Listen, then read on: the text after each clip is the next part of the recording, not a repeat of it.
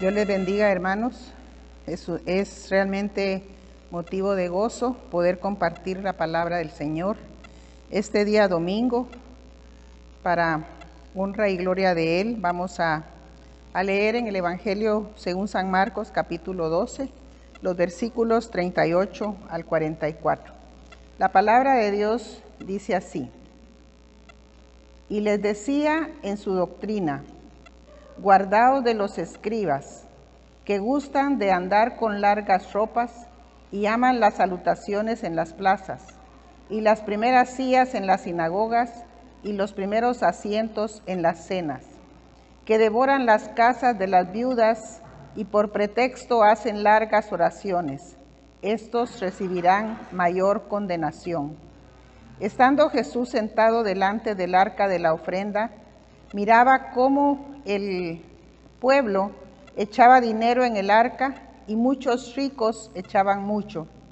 Y vino una viuda pobre y echó 2 blancas, o sea, un cuadrante. Entonces, llamando a sus discípulos, les dijo: de cierto os digo que esta viuda pobre echó más que todos los que han echado en el arca, porque todos han echado de lo que les sobra, pero ésta de su pobreza echó todo lo que tenía, todo su sustento. Que Dios bendiga esta palabra, mis hermanos, en nuestros corazones. Vamos a meditar entonces en este tema, al cual yo he titulado La ofrenda de la viuda. En este primer domingo del mes de noviembre, tenemos que recordar que estamos a solamente unos pasos del final de nuestro año litúrgico. Nuestro año litúrgico termina el tercer domingo de noviembre, cuando vamos a celebrar a Cristo como Rey. Pero este domingo, la meditación del Evangelio nos guía a poner la mirada en las viudas pobres, que según Pablo es responsabilidad de la Iglesia su cuidado y acompañamiento. También el texto nos permite confrontar en la reflexión 2 cualidades humanas opuestas: el orgullo y la humildad, la vanagloria y la generosidad. Cuando vemos el texto a primera vista, parece que tuviéramos 2 textos independientes.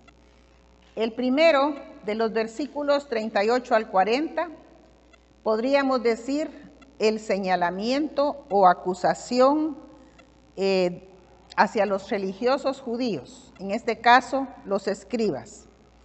Y en los versículos del 41 al 44, la ofrenda de la viuda. Es decir, que los 2 textos parecieran tocar temas diferentes.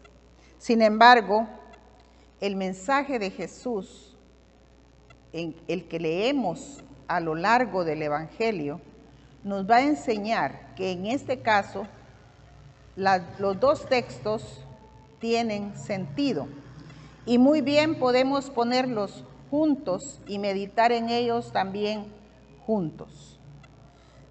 Nosotros sabemos, mis hermanos, que el mensaje de Jesús a lo largo del Evangelio, como decía, es un mensaje de entrega, un mensaje de servicio, de misericordia, de generosidad. Pero principalmente Jesús, a lo largo de su ministerio terrenal, mostró su humildad. Los cristianos de todos los tiempos podemos caer en el primer grupo, en ese grupo que crece más de lo debido, que se hace crecer más de lo debido por ser parte del cuerpo de Cristo. De repente nos sentimos orgullosos y nos vanagloriamos porque somos el cuerpo de Cristo, porque somos los que hemos alcanzado salvación en Él. Podemos también caer en la debilidad de dar con ostentación. Cuando digo dar con ostentación, me refiero a cuando nosotros damos, pero queremos que nos vean. Cuando nosotros damos, pero queremos que se note que estamos dando una ofrenda grande o pequeña.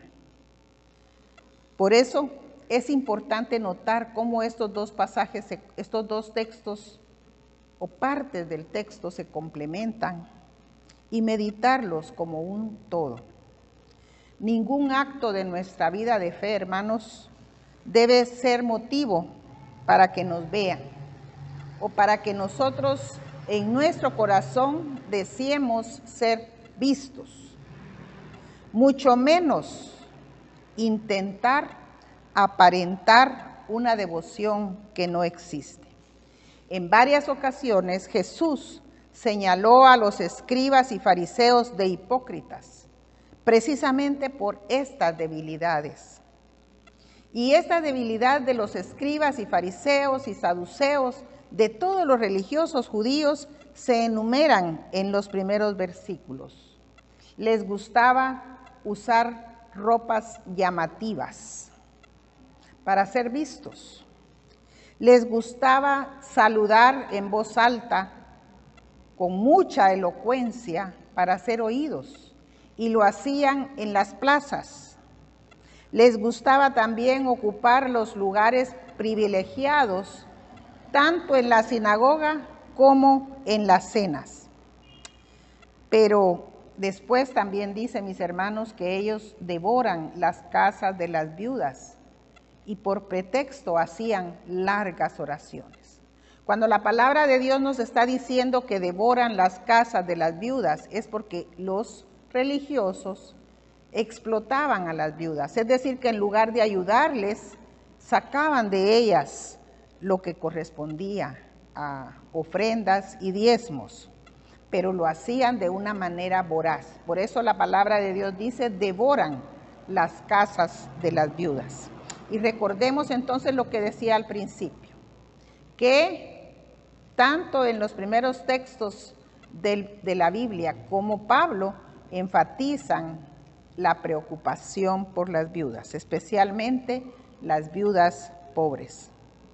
Esas largas plegarias para impresionar. Debemos relacionarlas, mis hermanos, con los versículos 41 y 42, en donde la gente está colocando sus ofrendas. Y Jesús notoriamente y curiosamente está sentado cerca de donde se coloca el lugar para depositar las ofrendas. Eso no es normal, pero ahí está Jesús, viendo cómo las personas ponen sus ofrendas, sus limosnas, y entonces lo hacían estas personas, así como lo hacían los fariseos, los escribas, los saduceos, tratando de que todos miraran cómo ellos ponían sus ofrendas en el arca. La palabra de Dios dice que estaba sentado Jesús cerca del arca de la ofrenda y miraba cómo el pueblo echaba dinero en el arca y muchos ricos echaban mucho. Es posible que nosotros, mis hermanos, como decía, podamos caer en esa debilidad. Podamos de alguna manera hacer nuestro servicio en la iglesia y dar tratando de ser notorios, de hacernos notar. Pero Jesús no se agrada de estas características humanas. Jesús no se agrada ni de que usen ropas llamativas, ni de que quieran ser oídos en sus saludos en las plazas, ni tampoco que busquen los mejores lugares, y mucho menos que devoren las casas de las viudas y hagan largas plegarias para ser oídos. Por eso hay entonces una conexión entre el versículo 40, donde termina la primera porción, y el versículo 41, donde comienza la otra parte del texto. Jesús, mis hermanos, espera corazones llenos de fe, corazones sinceros, deseosos de seguir sus mandamientos, deseosos de seguir su ejemplo. Hoy podemos observar distintas denominaciones, mis hermanos, y lamentablemente podemos ahí incluir también la nuestra. Fácilmente descubrimos que entre nosotros hay ciertas características que a Jesús no le agradan. El orgullo, la vanagloria, el hacer cosas para que nos vean. Seguir a Jesús es otra cosa. Ser un cristiano fiel es otra cosa. No importa, mis hermanos, la apariencia, lo que las personas pueden ver. Importa el corazón que solamente Dios puede ver y que sea un corazón limpio y humilde. Fíjense que muchas veces hemos oído decir, hablando de políticos, de candidatos, que si hacemos el bien, no debemos tocar trompeta. Y la Biblia también nos aconseja no dar tampoco de lo que nos sobra, dar de corazón. Y ahí, después del versículo 41, es donde surge la viuda pobre de nuestro pasaje.